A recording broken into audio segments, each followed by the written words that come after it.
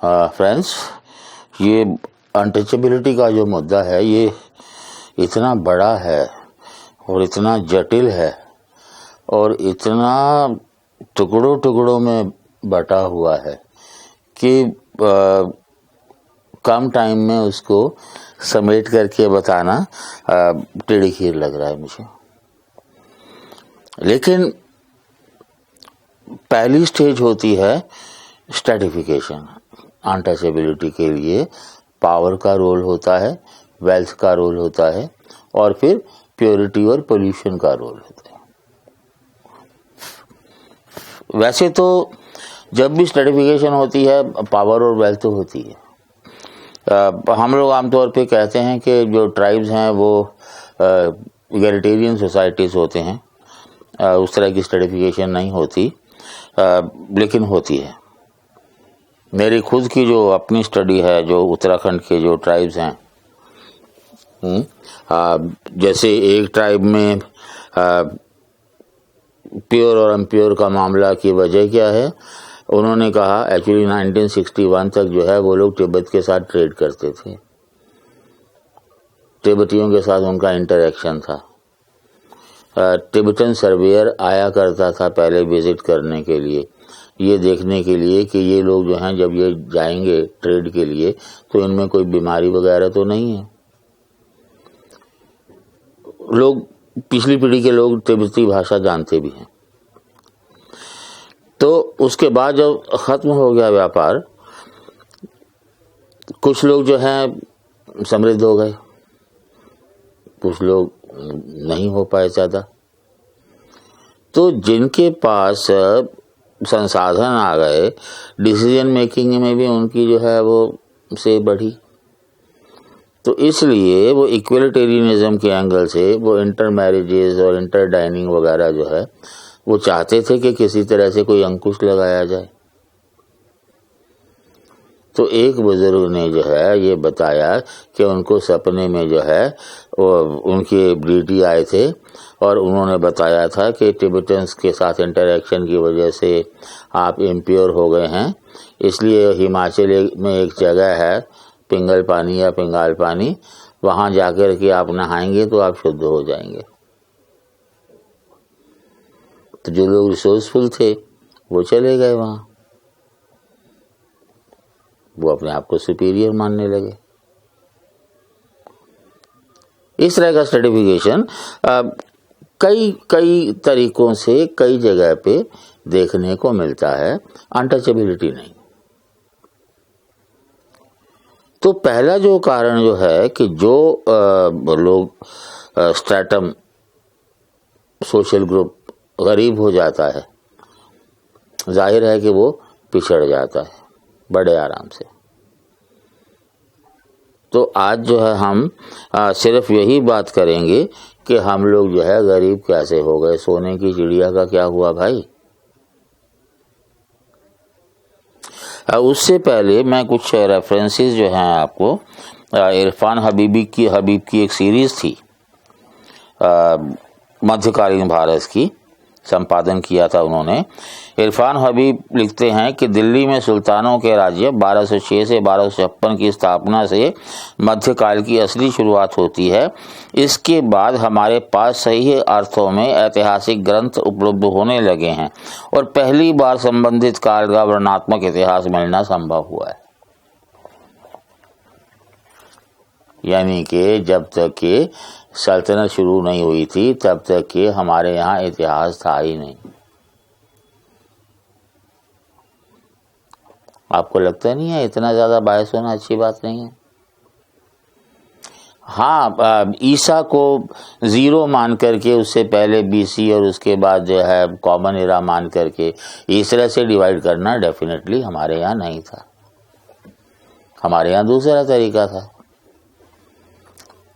या तो नक्षत्रों के हिसाब से बात की जाती थी या फिर किस राजा के रूल के कौन से साल में क्या घटना हुई, और ये सारी घटनाएं एक दूसरे से जुड़ी होती थी। लिखने का तरीका अलग था, पर ये कहना कि इतिहास हमारे यहाँ जो है वो तभी शुरू होता है, मुझे तो तार्किक नहीं लगता। इसी तरह से आईने अकबरी के मैं 2 कोट आपको सुनाना चाहता हूँ। पहली बात तो यह है कि यही लोग कहते हैं कि हिंदुस्तान कभी एक एंटिटी नहीं रहा, कंसेप्ट नहीं रहा, हालांकि हम उसको नकार चुके हैं विष्णु पुराण की बात से भी और बाकी तरीकों से भी। अबुल फजल लिखते हैं आईने अकबरी पार्ट 3 पेज 4, पूर्व, पश्चिम और दक्षिण में समुद्र ही हिंदुस्तान की सीमा है। फिर भी उनका दावा था कि हिंदुस्तान में सरान द्वीप या श्रीलंका, आचिन, सुमात्रा में स्थित मलूक, मलाया, मलाग, मलक्का और अनेक द्वीप आते हैं और इस तरह वास्तव में समुद्र उसकी सीमाएं तय नहीं कर सकता।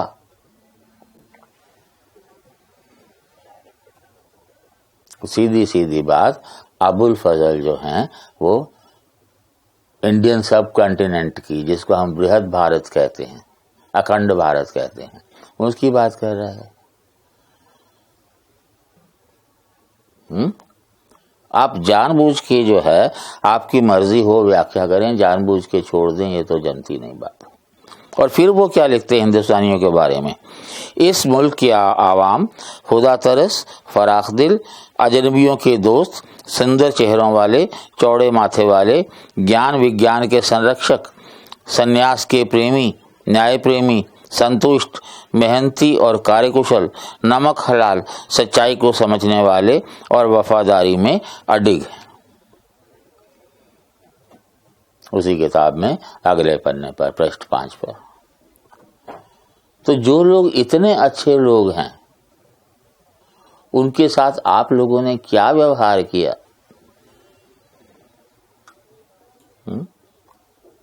इतिहास हमें क्यों नहीं बताता भाई?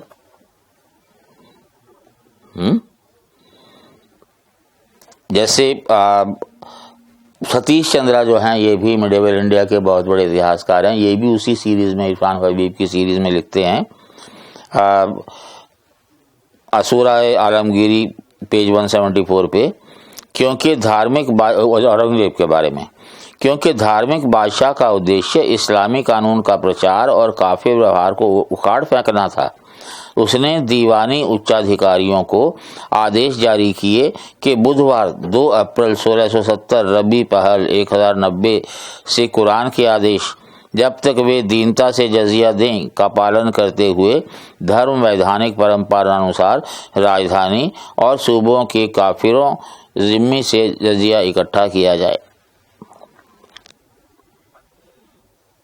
जो काफिर लोग हैं, अगर वो इस्लाम कबूल नहीं करते, उनसे जजिया इकट्ठा करना वो आपका रिलीजियस ड्यूटी है आपकी। मैंने एक पिछली वीडियो में आपसे कहा था, एक निष्कर्ष जो है वो दिया गया है इन स्कूल बुक्स में कि मुगल काल में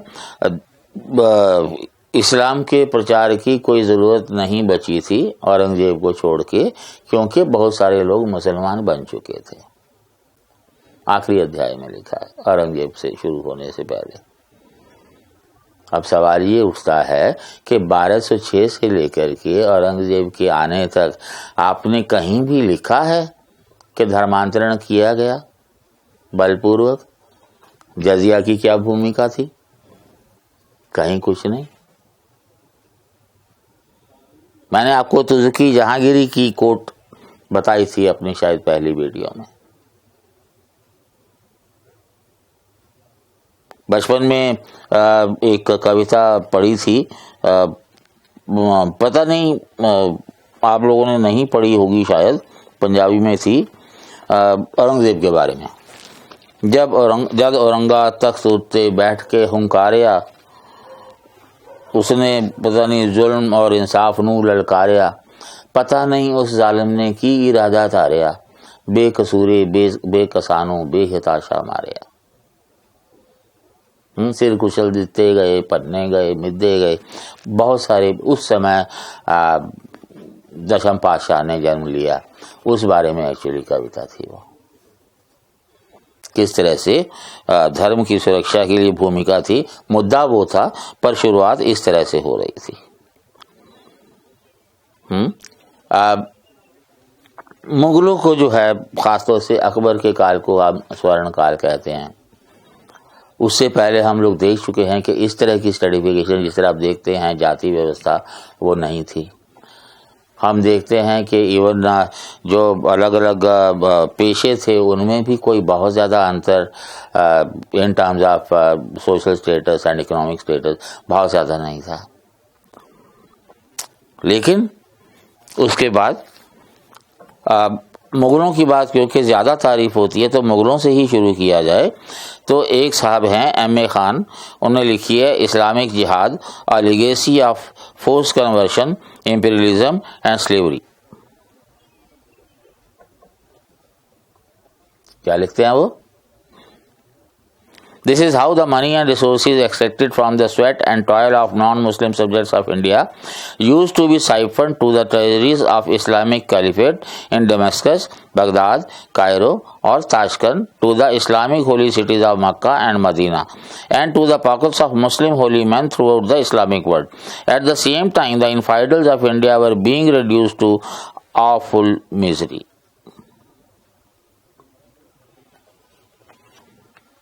प्रोफेसर खान जो हैं अवेलेबल हैं ये सारे टेक्स्ट हर जगह पे, और इनकी बात जो है वो इसलिए नहीं नकारी जा सकती क्योंकि जितने भी सोर्सेज हैं अबुल फजल से लेकर के और बर्नियर तक और आखिर तक सब जो हैं उसकी चर्चा करते हैं। अबुल फजल क्या बताते हैं इंडिया के वेल्थ के बारे में? In Iran and Turan where only one treasurer is appointed the accounts are in a confused state, but here in India the amount of revenue is so great and the business so multifarious that 12 treasuries are necessary for storing the money, 9 for different kinds of cash payments and 3 for precious stones, gold and inlaid jewelry. The extent of treasury is so great to admit of my giving proper description with other matters before me. इतना सारा वो जो है माल असबाब है, wealth है कि आसानी से जो है मैं उसको डिस्क्राइब भी नहीं कर सकता। सोने की चिड़िया तो थी, और वो बात अलग है कि अगर आप फर्स्ट सेंचुरी की बात करें up to complete first millennium, India's contribution to the world GDP was 32.4% और मुगलों के जाते जाते वो रह गई 16% और अंग्रेजों के जाते जाते 1 से 1.5%। तो क्यों हुआ वो? हमें पढ़ाया जाता है कि मुगल जो है वो तो हमारा हिस्सा बन गए। बाबर ने क्या कहा था? मैं हिंदुस्तान जैसी जगह पे मरना भी नहीं चाहूंगा।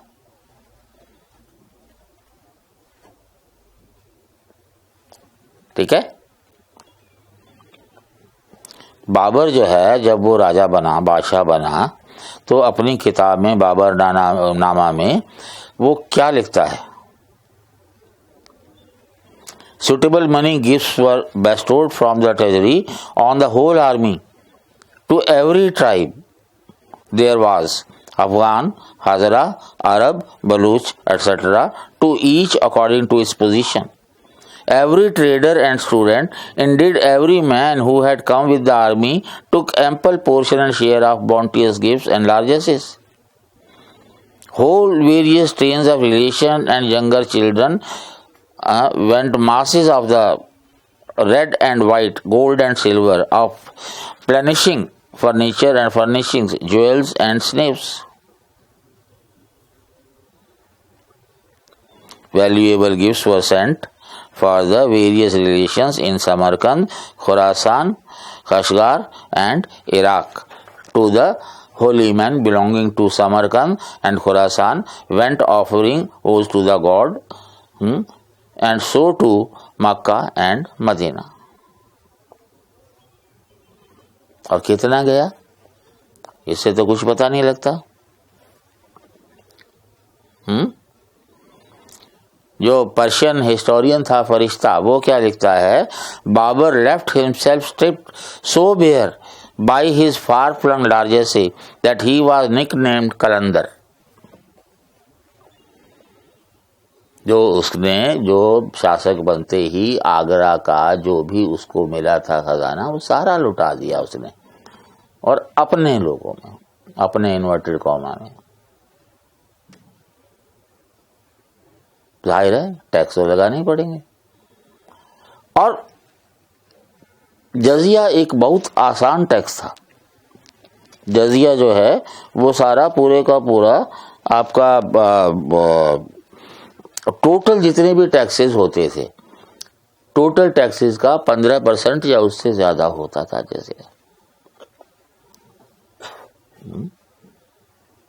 जो नॉन मुस्लिम थे उनके पास तीन ही तरीके थे, या तो कन्वर्ट हो जाएं, या फिर जजिया दें, या फिर एक तो मौत होती थी, या फिर सबसे जो घृणित काम माने जाते थे सोशल स्ट्रेटिफिकेशन के एंगल से वो करें।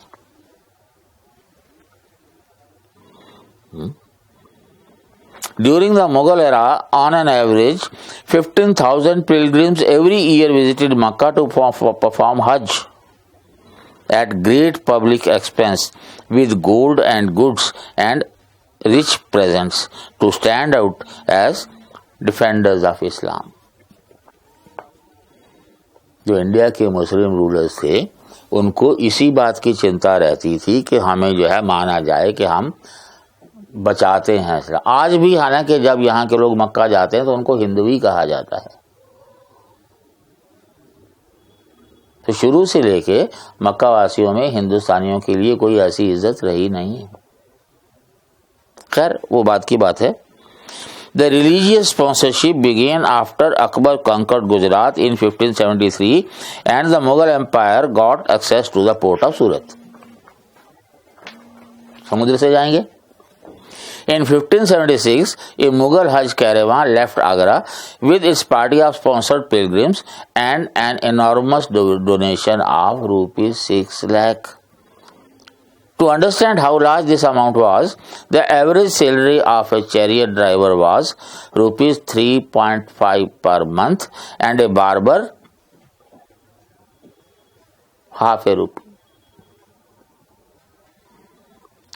Next year, again Hajj caravan, double the bounty, and another 1 lakh to Sharif of Makkah, who was a descendant of the Prophet's grandson Hassan ibn Ali.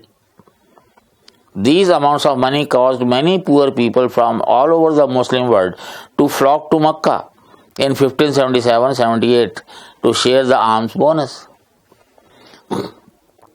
ये देख के कि हिंदुस्तान के शहंशाह जो हैं वो मक्का में जो हैं इस तरह से जो है दयानतदारी दिखा रहे हैं, तो जितने भी गरीब लोग थे मुस्लिम वर्ल्ड के वो सारे के सारे मक्का में जो है जमना उनका शुरू हो गया।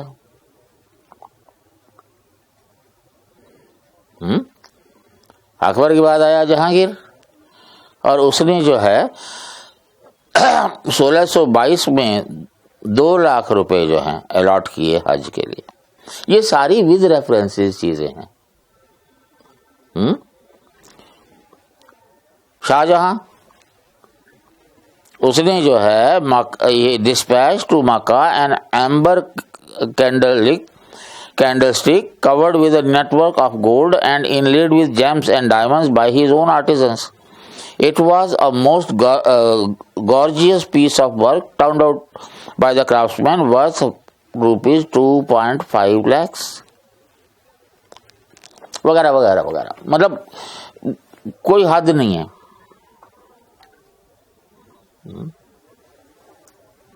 Actually Cambridge history of India लिखती है कि ये जितने भी पॉलिसीज थी, खासतौर से औरंगजेब की जितनी भी दयानतदारी थी, वो कोई भी जाता था उसके बाद किसी भी तरह की कोई भी गिफ्ट किसी से भी लेके किसी भी हालत में औरंगजेब उसको माला माल कर देता था। किसी भी राजा का कोई भी एम्बेसी आया या उसने एम्बेसी भेजा तो वो अगर बंदा जो है एक्स अमाउंट की चीज लेके आया है तो ये 1000x से कम नहीं देता था। यानी उसके टाइम में जो है 61 से 67 में पर्शिया, बुल्ख, बुखारा, कसगार, उर्जन, शहर नाउ और तुर्किश गवर्नर ऑफ बसरा, ये सब लोग जो है वहाँ आए थे और यहाँ से वहाँ भी गए थे। क्या लिखती है Cambridge history? On the embassies received and the return embassies sent out, Aurangzeb spent presents nearly rupees 3 million in course of 7 years. Besides the large sums which he annually distributed at Makkah and a gift of rupees 1 million to Abdullah Khan, the deposed king of Qajar, who had taken refuge in India in 1668 and died in Delhi in 1675.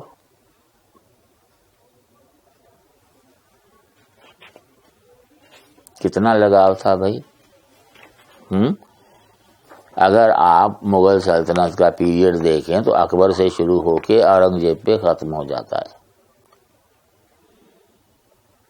150 साल भी नहीं बनते। हाँ, छोटे छोटे आप गिनते रहिए 1857 तक। बहादुर शाह जफर क्या था? दिल्ली, पुरानी दिल्ली बोलते।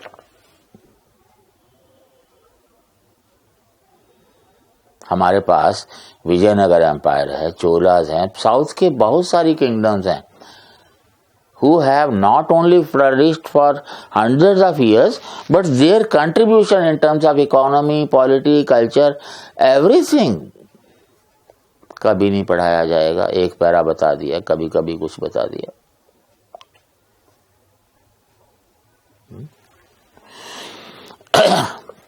एक ट्विटर हैंडल है ट्रू इंडोलॉजी, वो लिखता है कि in total Aurangzeb sent ₹70 lakh to Muslim countries in 6 years.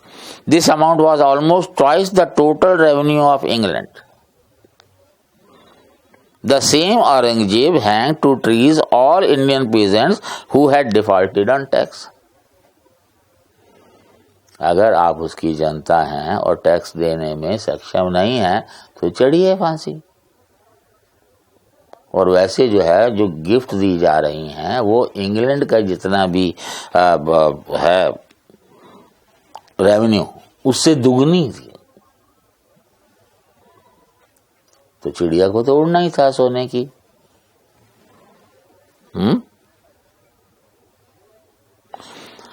Or the relentless war of Mughals, in particular Aurangzeb's 28 years war on attrition with the Marathas and the loot of the peasantry, were the prime reasons why the Indian economy was in tatters. In contrast to the previous Hindu rulers who taxed the famous farmers just 16% of the total produce, Mughal tax rate was 30 to 50% plus some additional cess. ये लिखते हैं इरफान हबीब। आप शायद इरफान हबीब को नहीं जानते होंगे। इनके जो पिताजी हैं वो आपके फर्स्ट एजुकेशन मिनिस्टर के गुरु थे।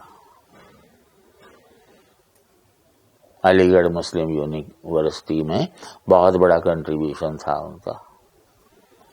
और पार्टीशन का एक बहुत बड़ा जो फलसफा है वो वहीं गढ़ा गया था। तो ये तो बात थी ब्रिटिश की और अंग्रेजों की, और भी बहुत सारी है, मतलब कितनी बात कही जाए। हमें कभी नहीं पढ़ाया जाता। ब्राह्मणिकल रूल्स ने जो है तबाह कर दिया। कहाँ है इसमें बीच में ब्राह्मण भाई? यही नहीं, अब ये जो लूट है, आज सिर्फ इसी की बात करेंगे। मैंने कहा था सिर्फ सोने की चिड़िया की, बाकी एजुकेशन वगैरह की बात फिर हम कंटिन्यू करेंगे। जब अंग्रेज आए यहाँ पर, क्या देखा अंग्रेजों ने? एक हिंट पहले भी मैंने दिया था। जो धर्मपाल जी हैं, गांधी जी के शिष्य थे, उन्होंने जो किताब लिखी, क्या नाम था? द ब्यूटीफुल ट्री, जिसकी चर्चा मैं पहले भी कर चुका हूं आप लोगों से। अंग्रेजों ने देखा कि हम लोग एजुकेशन में बहुत आगे थे उनसे। उन्होंने देखा कि लोग बहुत खुशहाल थे। उन्होंने देखा कि जिस तरह की सर्टिफिकेशन जो पुर्तगीज ने कास्ट करके लगा दिया वो हमारे यहाँ थी ही नहीं। ये हमारा जो लास्ट जो डिस्कशन होगी अनटचेबिलिटी, कि how they enforced caste system and untouchability. ठीक है, थे अनटचेबल, चंडाल तो थे ही, because of the kind of job they did. दुसाध की बात हमने पिछले वीडियो में कही थी कि कैसे वो बन गए, बाकियों की बात भी करेंगे। तो अंग्रेजों ने क्या देखा कि अगर हमें राज करना है यहाँ पर, उन्होंने बहुत कोशिश किया क्रिश्चियन बनाने के लिए। लोग जो हैं उनसे उनके स्कूल में पढ़ने तो जा सकते थे, लेकिन क्रिश्चियन नहीं बनते थे, बहुत परेशानी थी। तो फिर जो मैकॉले का जो कॉल था, और मैंने भी आपको पहले बताया कि किसी भी देश को अगर आपको डिस्ट्रॉय करना है तो 3 काम कीजिए। भाषा बदल दीजिए, टीचर का जो रोल है उसको नेगेट कर दीजिए, और मदर की जो पोजीशन है उसको आप अंडरमाइन कर दीजिए। आपको लड़ाई लड़ने की जरूरत ही नहीं है। अंग्रेजों ने क्या देखा कि एजुकेशन बहुत ज्यादा थी, हर गांव में एक स्कूल था कम से कम, या तो पाठशाला थी या मदरसा था या जो भी था, और पढ़ाने वाले जैसे पाठशाला जो थी, गुरुकुल जो थे, पढ़ाने वाले लोग जो टीचर्स थे वो ब्राह्मण थे, और बगल में मंदिर होता था, और मंदिर को फंडिंग जो है लिबरली करते थे लोग, उसी से जो है बच्चों को एजुकेशन मिलती थी।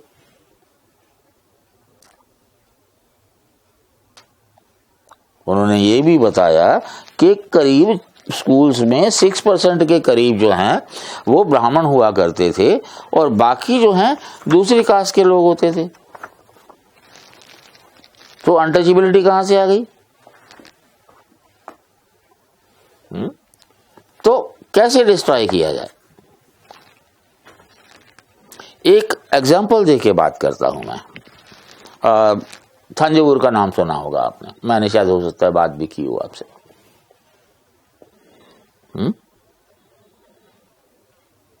टेम्पल टाउन है तमिलनाडु में,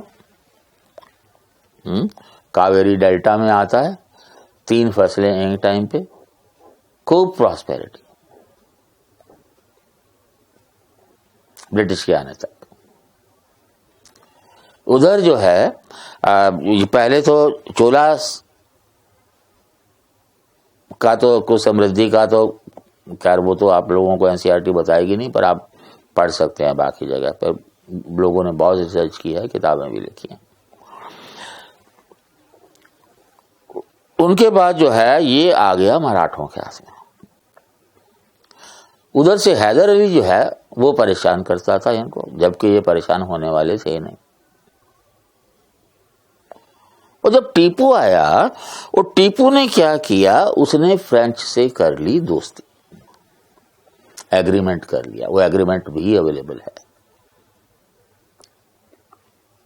क्या कंडीशन थी एग्रीमेंट की? कि हम लोग जो है पूरा मुल्क फतह करेंगे, आधा आधा बांट लेंगे।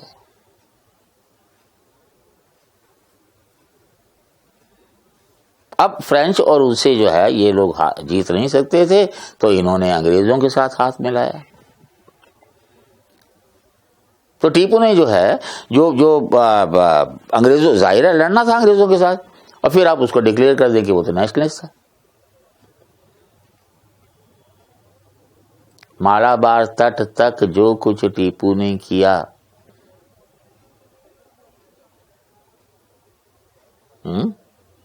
वो आप पढ़ सकते हैं।